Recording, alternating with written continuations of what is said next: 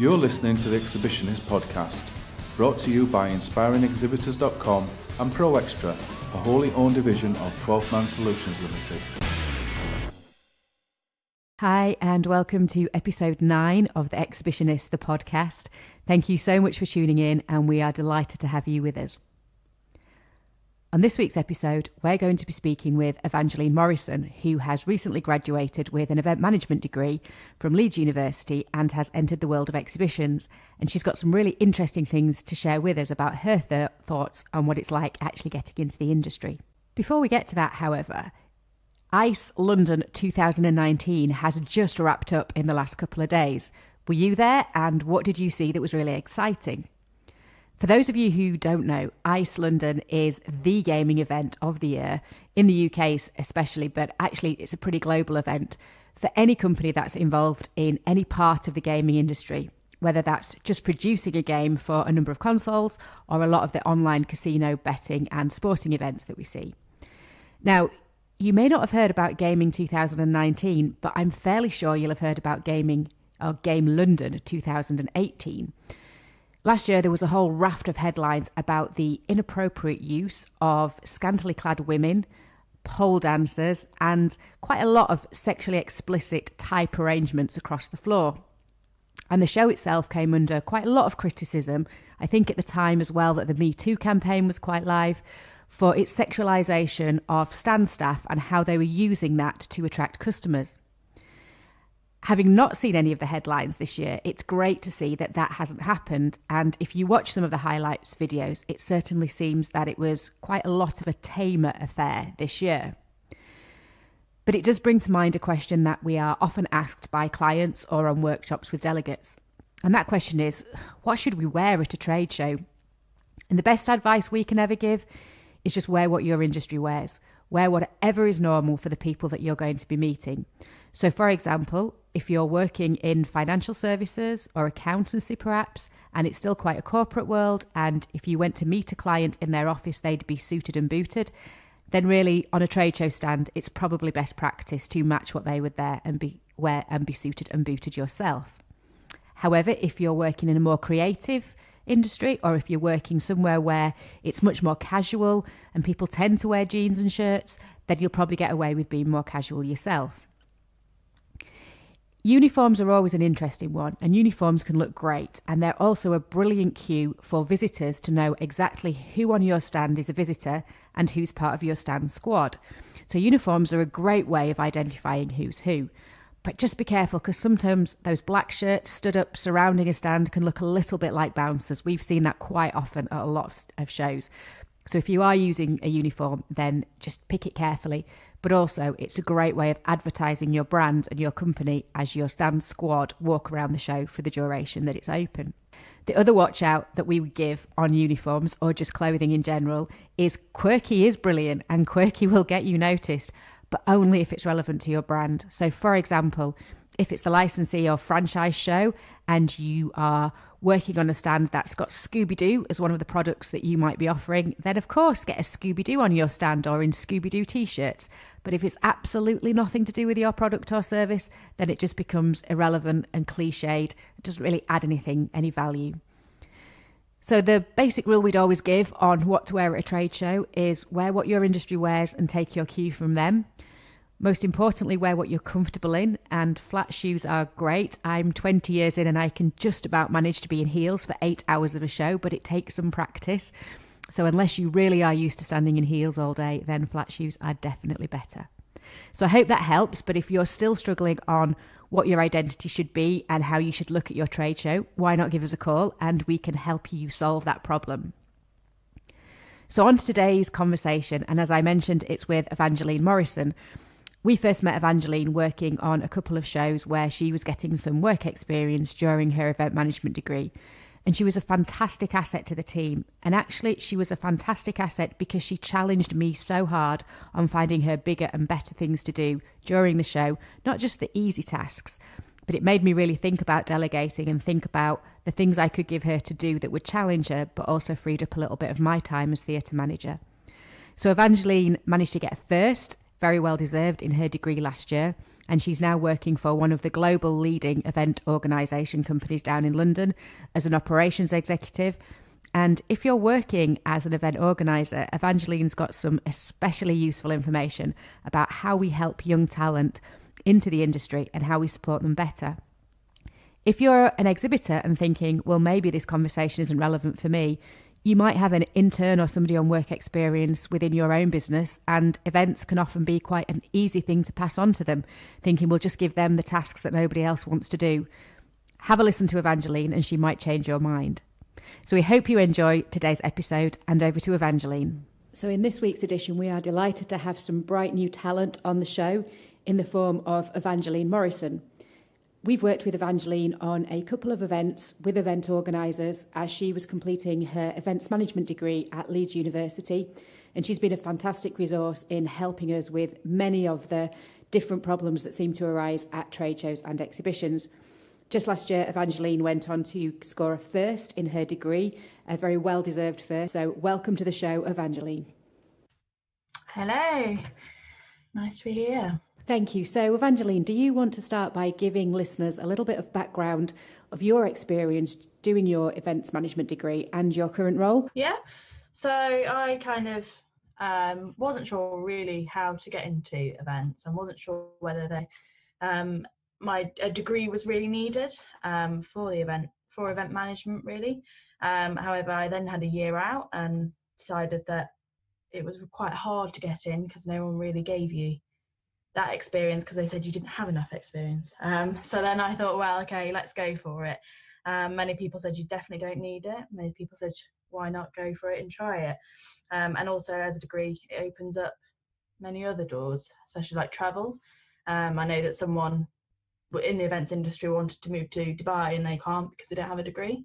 So little things like that. So I thought, right, okay, I'll go and try for it. And then really I tried all different roles because I didn't know, as I went through the years, I didn't really know what role I wanted in the industry, and there's so much variety there, and different parts of the events industry to try.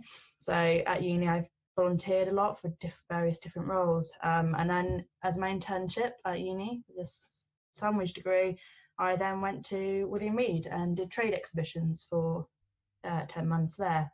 Had a really good time, relocated down there, and it's fab. And then I went back to uni for another 2 years and somehow got myself involved in control rooms at major events, which is a very, very different side of it all.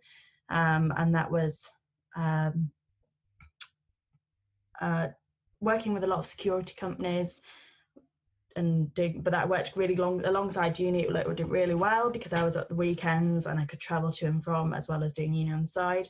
And then from that, I then got on into crewing for sports events, doing their routes around London mainly. And then I graduated and working as an operations assistant. And in this role it's mostly organising behind the scenes, and then contact with exhibitors and making sure that they have a smooth experience before they get on site, and then rearranging team requirements from travel to accommodation, creating manuals for the exhibitors to deal with beforehand, and then just overseeing the operational side of the show once you get on site really. And that's where I am at now. Back to my internship years really. So a huge variety there of the different experiences that you've had during your degree and the work placements that you've been on. But thinking back, what was the first thing that interested you and excited you about working in events? So naively, I really wanted to become a wedding planner, which I soon realised that was really not me. In sixth form, I really wanted to become a wedding planner, and ended up talking with a girl at school whose mum was a wedding venue dresser. And then I worked with her for a bit, volunteered alongside her, went to her events and did up the wedding venues, and thought, no, I really don't want to get into this line of work every Saturday and every Friday mostly. And then everyone at school was wanting to go to uni. I thought, well, how do I go to uni but to do events? And it seemed like the natural progression at my school that everyone went to university, and it was very rare that people chose otherwise. So I then thought, well, like I said at the beginning, not many people saw the point of going to uni to do events, because it was quite a fairly new, it still is quite a fairly new degree. So I had a year out, tried to get experience, and like I said, no one offered that experience. It was hard to get the experience because people said you don't have enough experience. So then I decided to go into uni. So I deferred my year, had that year out, and then started. And I always say that the events industry course it's like maths at school. You get given all the basics and you get taught how to do it, and then you leave and it's very, very different. And once you start working throughout uni, you see how you can't, events isn't by the book, and you don't do it how they say, but it's always there in the back of your mind that you can always pick it up and say, I've heard of that, so I know where to go and find it. And then it also teaches you stuff like time management and learning how to deal with your own workload, and there was a lot to do other than just events. And then this also, being at uni, gave me contacts, and they also offered so many volunteering roles throughout the years that I could try. And because I didn't know them from not wanting to become a wedding planner, what I really wanted to go into, you could do all sorts of different things. So it was like, you could do charity balls, I did Leeds Undie Run for cancer research or something, all really daft things, in all different roles. And then it kind of, you talk to people and then you get passed around really. And I was then put in contact with a guy that I ended up doing he couldn't make one of his roles, so I then I had to go and cover for him, and then that was in event control rooms. And then after that, that's how I got into that. And then you do a few events for that and you talk to someone else, and then that's how they got me into crewing for sports events. And then it all kind of just rolled into one, and that's how I found that I loved the variety of the events industry and the constant change of it all and the fast paced. And yeah, you can in one role you can have so many different varied tasks and things like that. Yeah, it's never the same. Yeah, I think there's a really important point in there for event organisers and exhibition companies about the struggle that young talent is having actually breaking into the industry, and this vicious circle of I can't get any experience because I haven't got any experience, and I can't get any experience because no one will give me any work experience. We all started somewhere, and I think we all have a responsibility to give really great young talent a foot on the ladder and help them into the industry and welcome them and know that they can add value. And they might even just give us that little bit of outside insight that will really help our event. So it's a really interesting point about how young talent finds the experience that they need to build on their skills. And even if it means someone just sitting beside you, and I know it can be hard in events because you never really sit down, but someone just shadowing you, that if they're really if they have interest in it, just to sit by you and see what you're doing. They don't have to have a role as such sometimes in events, it's just seeing what you do. And I think that's a really important point about the practicalities of events. We can all go and learn the theory and learn about the models and the different planning you can do, but it's not until you're on site at an event and experiencing it and things go wrong that you actually learn how to cope in those scenarios. And when we're on workshops and working with clients, we can talk about the theory and best practices, but actually it's the little anecdotes and the stories of what we've experienced where things have gone wrong and how we've managed to solve them that really bring things to life and help our clients understand. And that's it. My degree, as much as I loved my degree, once I finished it, if I hadn't done any work within that degree, and that's why I chose a sandwich course, because if I hadn't have done that, where you don't really get that time, it's like time on the ground. You don't, you've got to see it to learn it, and you've got to be there to do it. So, but that's what it gave me. So it was, and that was unfortunately going into companies and saying, can I work with you? They were more willing, once you said I've got a degree, well, I'm doing a degree in events, they were more willing to accept you. Even if, I could have not had any more experience, but just because you said you got a degree. And does it really need you to have a degree to do it? No, you don't need a degree in events, but that's how I got my experience. So yeah, an easier foot in the door for you. yeah. So you did quite a lot of work experience during your degree. What did you learn during that working experience that really surprised you about the industry? The variety. I think my main thing that I learned and people told me was always say yes and then work the rest out later. That's the saying that I've always gone by. I was told that very, very early on, and it's so true, especially in events, because you're rarely given that opportunity. And if you say no the first time, you don't really get it again. It sometimes can be a bit of, like in the acting world, I suppose, events in that part that once you've not let them down, but once you miss it, and it can be even the fact that you can't make that day and you're unavailable, and you say no, then the next time they'll find someone else. And once that person's on the contacts, then they just keep using them over and over again. And that, luckily it's worked for me.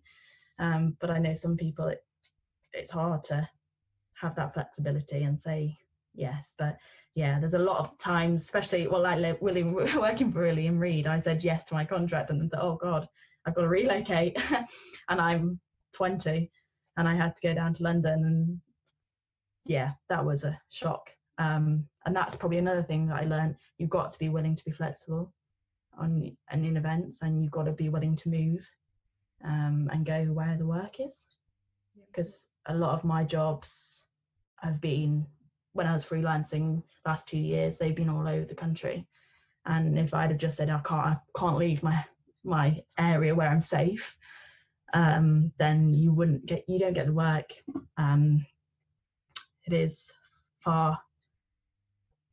It's got a far perimeter events, and you've got to go to it, unfortunately.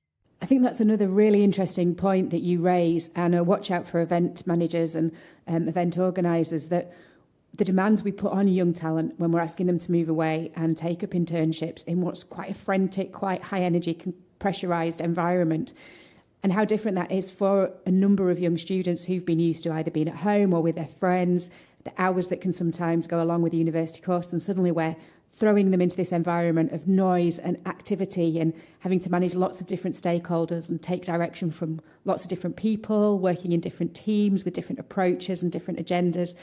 So it can be quite a pressurised and quite unusual and strange environment for them to be working in, albeit one that they chose to be in and hopefully will therefore thrive in that environment.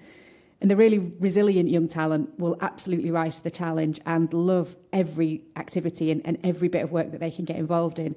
But I think it is just something that we need to be aware of, that we are taking people out of what's quite a safe environment and throwing them into something that's quite alien.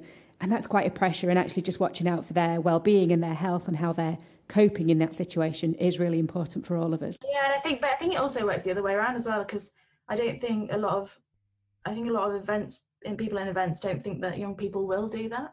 Mm-hmm. And I think they go, oh, we won't go for them because actually they're not willing to move. Well, how do you and give them chance to say, well, actually, hands up, I will move. And that's like, first off, you might say, oh gosh, I'm not sure. But actually, when you do it, you're fine. I was fine down there. Yeah.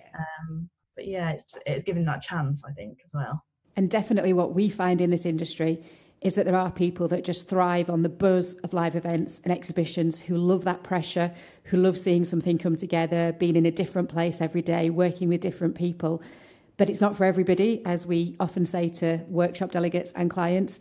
But finding those people who absolutely love it and thrive on that pressure is just brilliant, and we need to make sure we're keeping them in the industry. Yeah, and yeah, that's definitely something I've learned, that it's not for everyone, and a lot of people don't understand what we do, and they really struggle when you say you've got a lot of workload on, and it's a very different type of workload to other people.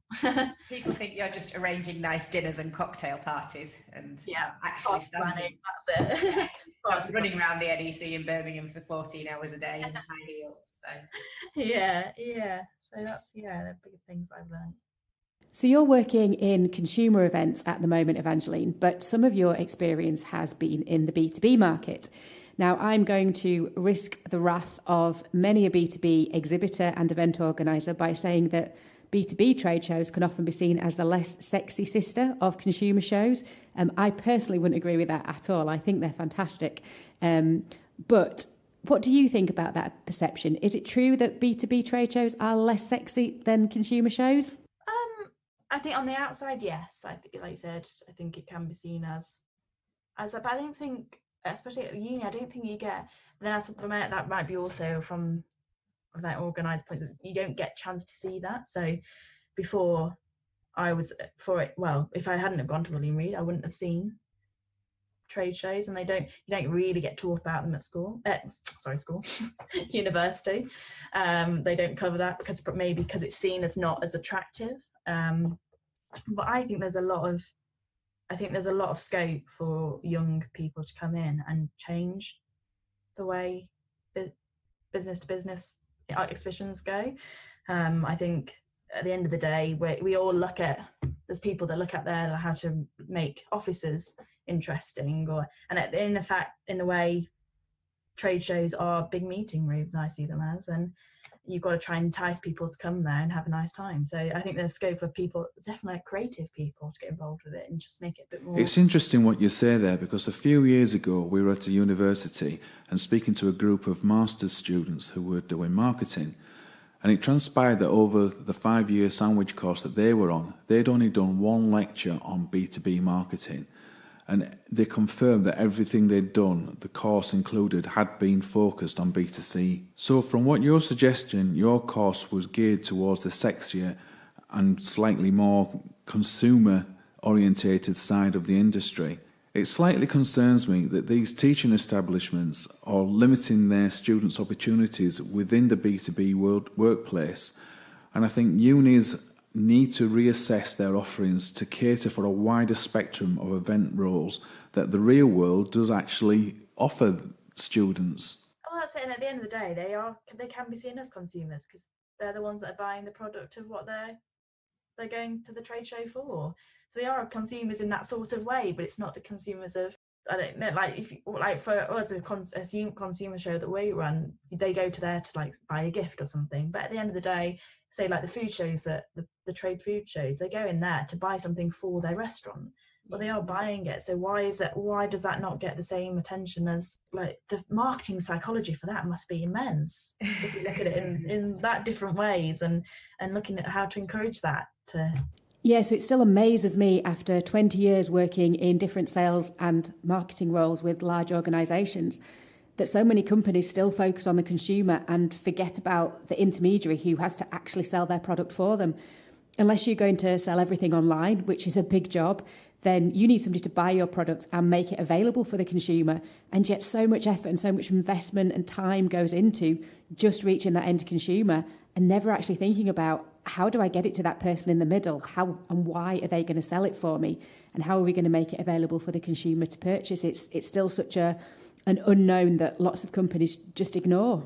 Yeah, that's it. Yeah, I think there is. So if you could give event organisers or exhibition companies one piece of advice that would really help students on placements or interns to make sure that they get the most value out of their project, what would that be?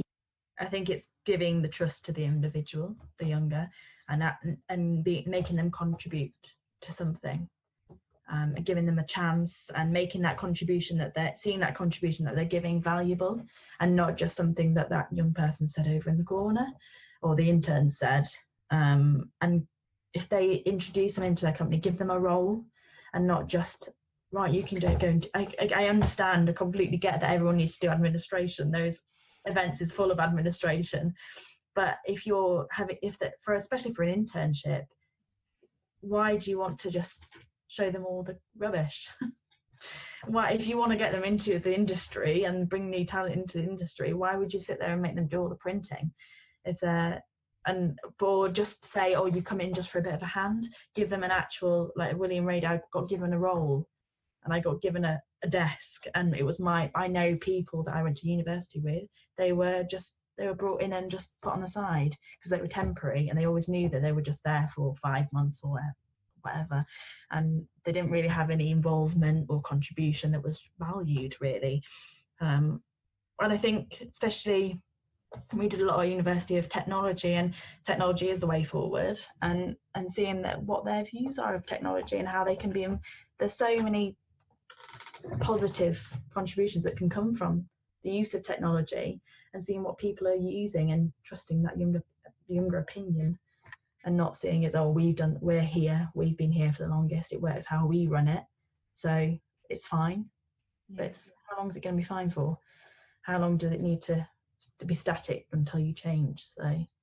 So it's about really giving you an opportunity to contribute and giving you some accountability, rather than just a to-do list of tasks that no one else wants to do. Definitely, yeah, 100%. And just not being an assistant, as in you can use to do all the printing.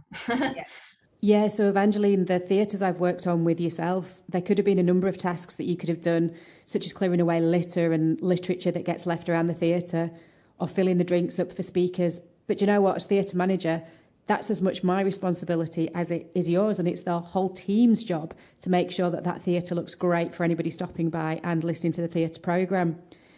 I think it's hard as a theatre manager, because you might only have met somebody that morning, and you've got to build that trust really quickly, but also you've got to give them a chance to push themselves to do some of those tasks that actually you're a little bit nervous about delegating, but give people a chance to learn, to get things wrong. After 20 years, I still get things wrong, which is okay as long as you learn. And to really work on some bigger things across the show that are more meaningful than just the tidying up that actually everybody could do and should be doing. So for any theatre managers out there, if you're not encouraging your interns or your work experience students to really get involved in some of the bigger stuff, I can highly recommend it. It's amazing to see what they can actually achieve.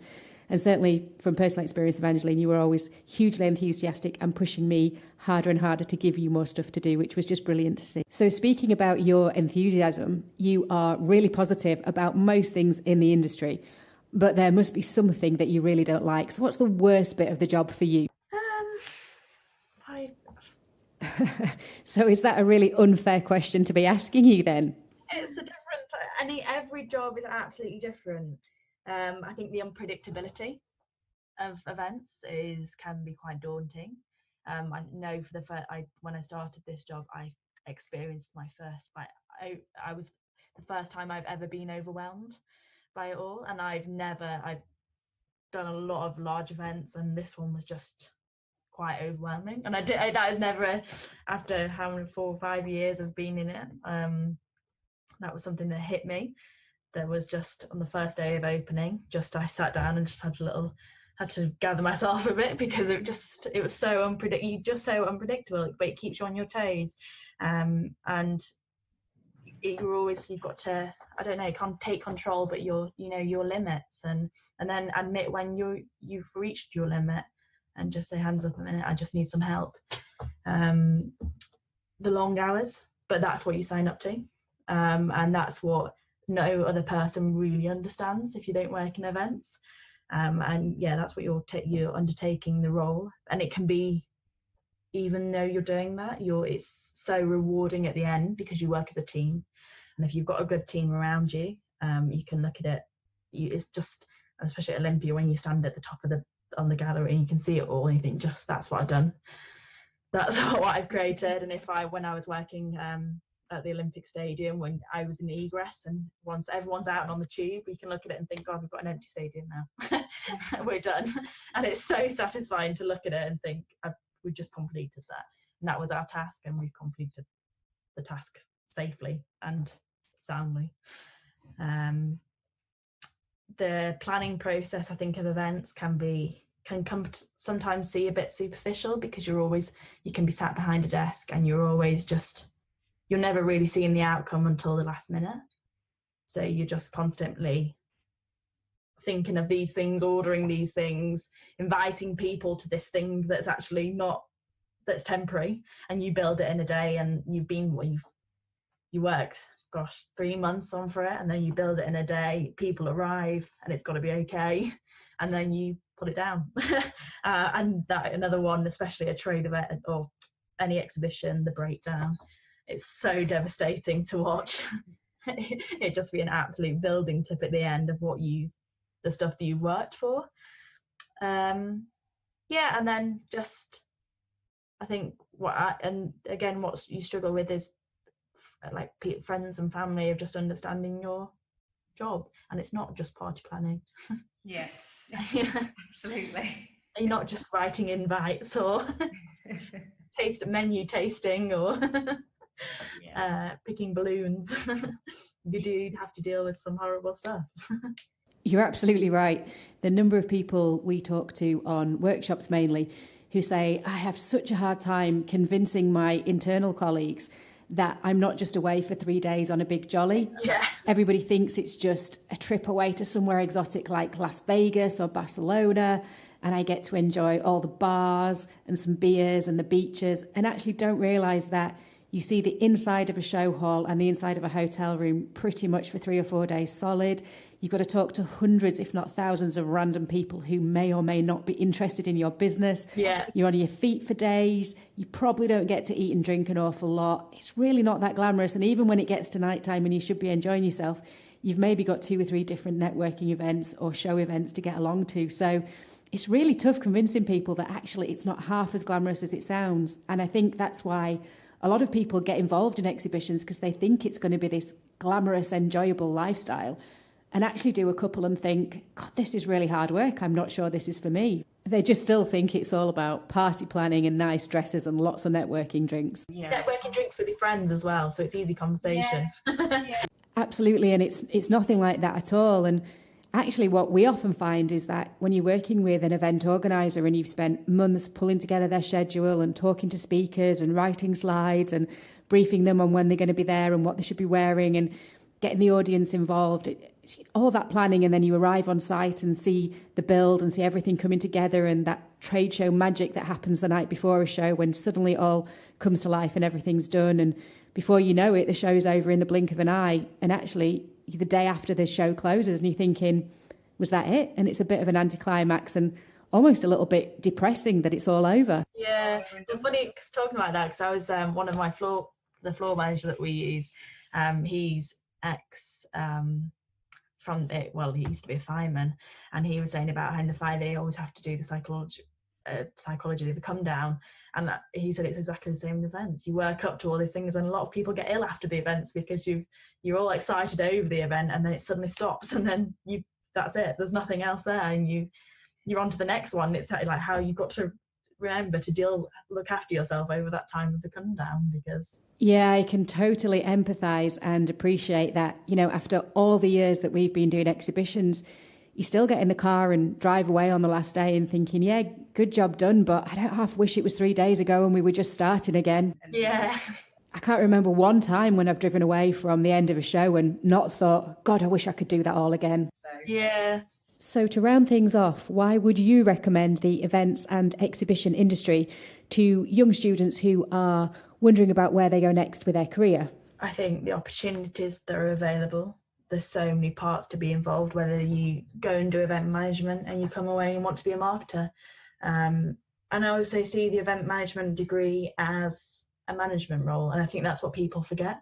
You come out and you think, oh, actually, I know quite a few people that I went to uni with, they're actually not interested in events, but yet they've got this degree it teaches you a lot, and it teaches you how to manage a team, and it teaches you, and it is a management course and a business course at the same time. And also I think what uni doesn't teach you is that not all job titles are event management. So it's not event manager, not every title needs to be an event manager. There's like, I've been route manager, I've been route assistant, I've been radio controller. They're all involved in events, and there's so many different parts which you don't realise, even being at an events degree, all the different parts that there are into events. And I think if you're still a bit wary about what you want to do after, don't worry, because I don't know what I want to do. There's so many different roles that you can be involved in. Through it all, you can be involved with the security, you could be involved with communication. There's all sorts of different, and that's the great thing about events industry on a whole. There's just so much to get into.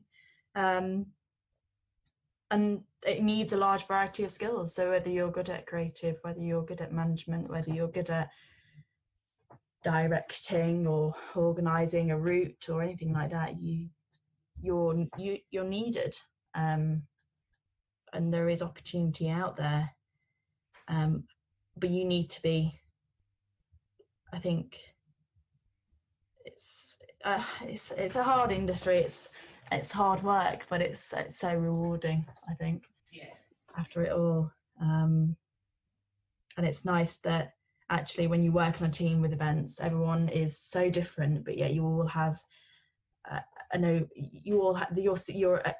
your result. The result is everyone's goal, and it's nice to be with a load of people that is that goal, the same goal, and you all are working towards it, even if you have differences in different views of everything around the world. You still want the same thing, and it's quite nice. So I've worked with people that are ex-army. I've worked with people that are ex-police force, but yeah, you somehow come together in events. Yeah, you're all pitching for the same thing at the end of the day. Well, that wraps up all of our questions for today. So thank you, Evangeline, for being on the show. It's been fantastic to have you as a guest. For those of us that have been around the industry for a number of years, it's just brilliant to hear some young talent talking about what they find challenging, what they find exciting, and help us all build on that and make sure that we're helping young people succeed in the industry and providing everything that they need to fly high and be the next generation of leaders. So thank you so much. We've learned a huge amount in the last half hour, and certainly given us some food for thought to go back to event organisers with. So thank you once again for your support. I know, thank you for having me. So rather than posting all Evangeline's contact details on our podcast or website, if you want to get in touch with her at all, then please do give us a call or drop us an email, and we will pass on your details to Evangeline for her to get back to you. So good luck with everything that you're doing, Evangeline. You've been a fantastic guest, and we will watch your progression through the industry with interest. Thanks once again. Thank you. So thanks to Evangeline there, and hopefully you found some enlightening content in that conversation about how we can all help support those new interns and work experience and new talent into the industry. So moving on to the next episode in a fortnight's time, and we're actually picking up on something that Evangeline mentioned in her podcast, which is around the post-show blues. And events in general can be a fairly stressful time, particularly in the planning and lead up to them and dealing with the stress as those hours become longer and the pressure becomes more intense. So our next conversation is with a lady called Kate Ashley Norman. And Kate is a Thrive consultant who works with organisations to help them deal better with emotional stress, communicate with each other and get stronger results. So she'll be helping us think about how we can react to those stresses at the shows and how we can help each other to get to the right results. If you're struggling with the post-show blues, Evangeline's conversation actually inspired us to write a blog and have a look at what else was available on the web, on the internet, about post-show blues and whether it's a common phenomenon. So if you pop over to www.inspiringexhibitors.com, the latest blog will give you 8 tips on how to deal with your own post-show blues if you think you're struggling. So that's all for this week's episode. Thank you again for listening. As we've said before, it's great to have so many people tuning in. If there is a topic that you want to cover on the podcast, then please do let us know and we will get out there and find an expert to answer your questions. If you've had a copy of the newsletter, you will know that we have recently started a Facebook group, which is for exhibitors only. So you can be absolutely sure there will be no suppliers or event organisers in that group who are looking to make any commercial sales.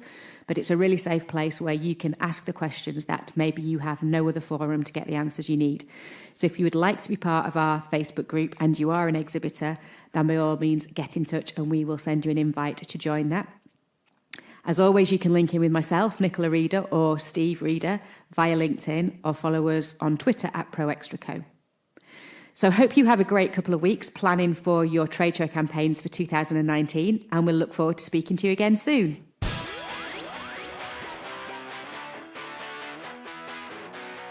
If you'd like more information about our book, The Exhibitionist, future podcasts and newsletters, please remember to pop over to inspiringexhibitors.com, where you'll be able to find all the relevant information. Once again, thank you for listening.